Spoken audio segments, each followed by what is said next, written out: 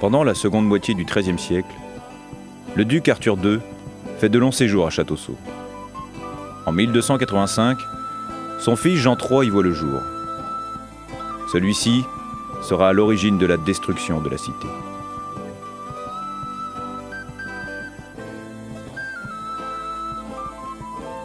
Arthur II confie à sa mort le duché de Bretagne à son fils Jean III.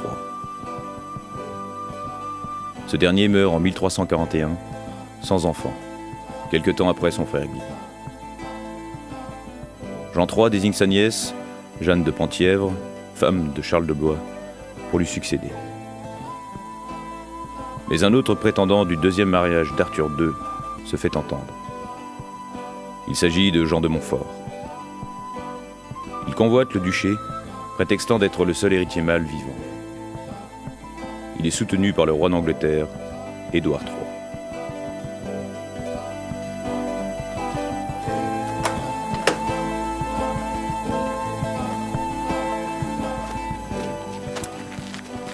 Charles de Blois sera fait prisonnier par les Anglais en 1347. Charles de Blois est en prison. Et Jean de Montfort meurt. Cela ne suffit pas à mettre un terme au conflit. Leurs épouses, Jeanne de Penthièvre et Jeanne la Flamande, continuent la guerre avec acharnement. On l'appellera la guerre des deux Jeannes. La peste noire s'en mêlera, tuant un tiers de la population. Remis en liberté en 1356, Charles de Blois est tué pendant la bataille d'Auray. Son corps sera brûlé à la fin de la bataille par ses hommes sous les yeux de la population, émus d'assister à cette crémation.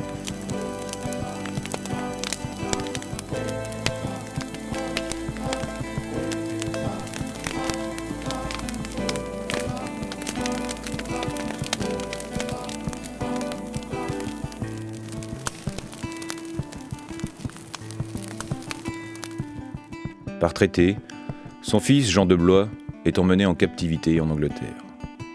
Les Blois-Penthièvre sont définitivement battus. Jean IV de Montfort, fils de Jean de Montfort, et Jeanne la Flamande, peut être couronné duc de Bretagne. C'est à partir de cette période qu'apparaît un nouveau personnage décisif dans l'histoire de Châteauceaux, Marguerite de Clisson. Elle convoite le duché de Bretagne. Jean IV de Montfort n'a pas d'enfant pour lui succéder. Marguerite de Clisson paiera la rançon de Jean de Blois, toujours prisonnier des Anglais, pour s'unir à lui.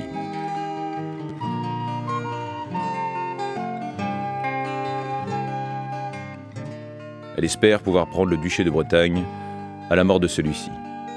Mais le destin en décide autrement. Un an plus tard, naît le fils de Jean IV, Jean V. L'avènement de Jean V à la tête du duché de Bretagne ne change rien. Marguerite de Clisson enrage toujours.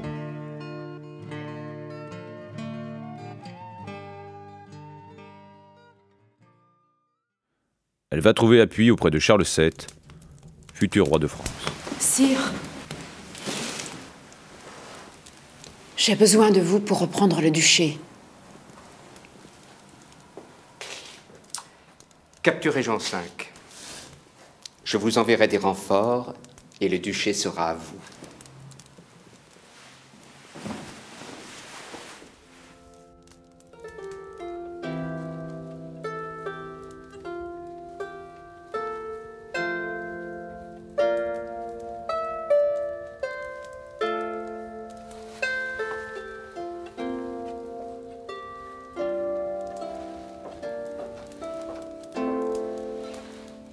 Il suffit.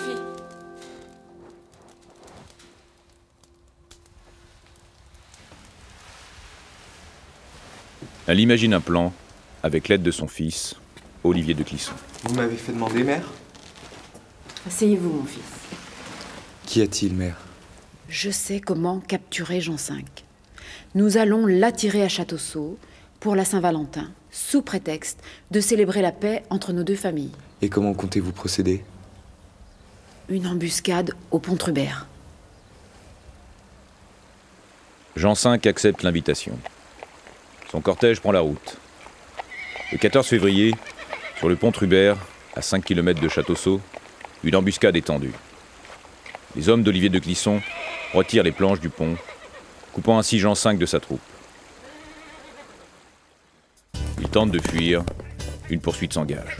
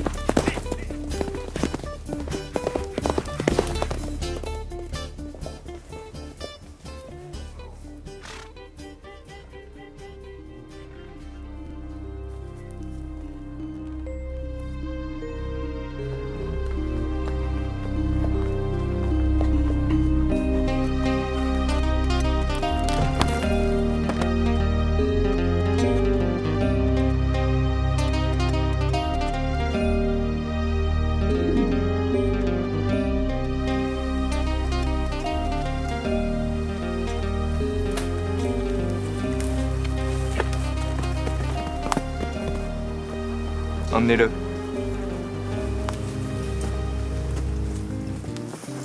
Jean V est emmené de château en château pour brouiller les pistes.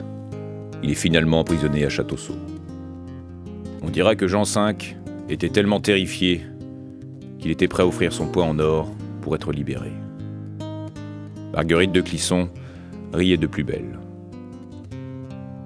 Cette trahison scandalise le duché de Bretagne. À Nantes, une armée de 10 000 hommes se lève à l'appel de la duchesse Jeanne.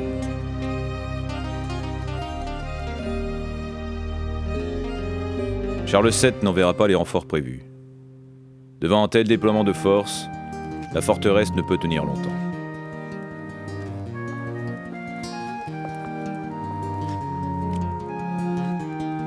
Marguerite de Clisson vient au rempart pour cesser les hostilités, mais elle est obligée de fuir dans ces terres du Limousin. Jean V, tout juste libéré, ordonne de détruire le château jusqu'à Rather et de ne pas reconstruire l'intérieur de l'enceinte. Son acharnement et sa rancœur étaient tels qu'il mettra 12 ans à arriver à ses fins, anéantir complètement le danger que cette place forte représentait. Depuis, Château-Saut ne joue plus aucun rôle politique. Un épais silence s'est abattu sur les ruines de la cité médiévale. Un bourg modeste est construit aux portes de la cité.